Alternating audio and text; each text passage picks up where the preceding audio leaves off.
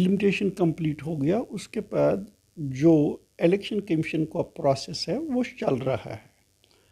Date कब होगा, क्या होगा, वो इलेक्शन कमीशन को करना होगा। ये जो आजकल एक्सरसाइजेस हो रही हैं ये नॉर्मल हैं, इसमें कोई एक्स्ट्रा ऑर्डिनरी थिंग नहीं है।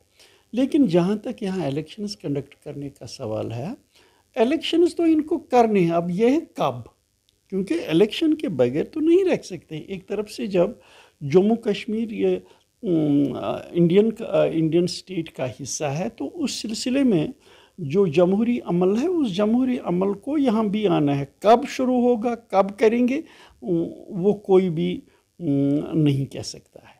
जहाँ तक हमारी पार्टी की रीच आउट का प्रोग्राम है, इस रीच आउट और इलेक्शन के साथ कोई ताल्लुक़ नहीं है।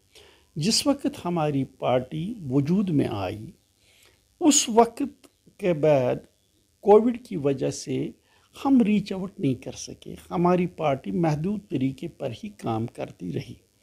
तो जाहिर सी बात है, अब कोविड में भी फ़र्क आ चुका था, हालात में भी तब्दीली आई थी, तो हमारी पार्टी ने फैसला किया अपनी पार्टी के प्रोग्राम को लोगों तक पहुंचाने के लिए हमें रीच आउट प्रोग्राम करना चाहिए। और इसी रीच आउट प्रोग्राम के तहत हम जम्मू में भी जा रहे हैं, कश्मीर में भी जा रहे हैं, और हर जगह जाने का प्रोग्राम है।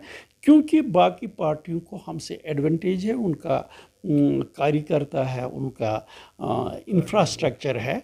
हम एक नई पार्टी है, नई पार्टी को अपना कार्डर डेवलप करना है, इंफ्रास्ट्रक्चर डेवलप करना है। हमारा रीच आउट का प्रोग्राम उसी वजह से है।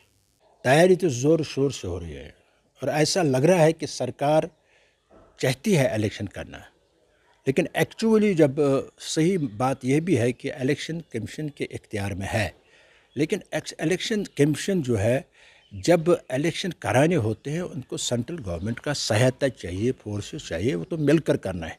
जब तक तो सेंट्रल गवर्नमेंट का ओके हो तब तक इलेक्शन नहीं हो सकता, क्योंकि ये मजबूरी भी है इलेक्शन कमीशन की। लिहाजा लग रहा है, लेकिन अभी लोगों में जो खदशात है क्या होगा या नहीं होगा, ये तो एक बात है लोगों में, क्योंकि या तो क्रेडिबिलिटी ऑफ द गवर्नमेंट में फ़र्क आ गई है, या लोगों को ऐसा लग रहा है कि जो मरकज़ी सरकार वायदे करती है वो पूरा नहीं करती, क्योंकि कमिटमेंट थी स्टेट फूड रिस्टोर करने की, अभी तक नहीं हुई।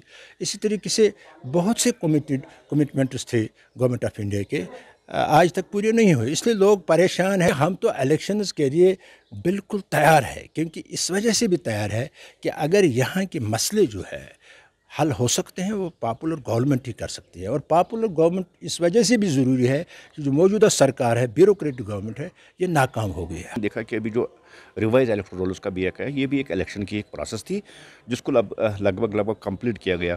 और जहाँ तक अंदाज़ा है कि जो इलेक्शन होंगे वो इस साल के आखिर तक जम्मू कश्मीर में इलेक्शन होंगी। इसलिए जितनी भी पॉलिटिकल पार्टीज़ हैं वो आज देखिए सारे ग्राउंड ज़ीरो पे काम कर रही है। और हमारा भी यही अंदाज़ा है कि इस साल के आखिर में जम्मू कश्मीर में फिर इलेक्शन होगी और जम्मू कश्मीर में एक अपनी असम्बली होगी।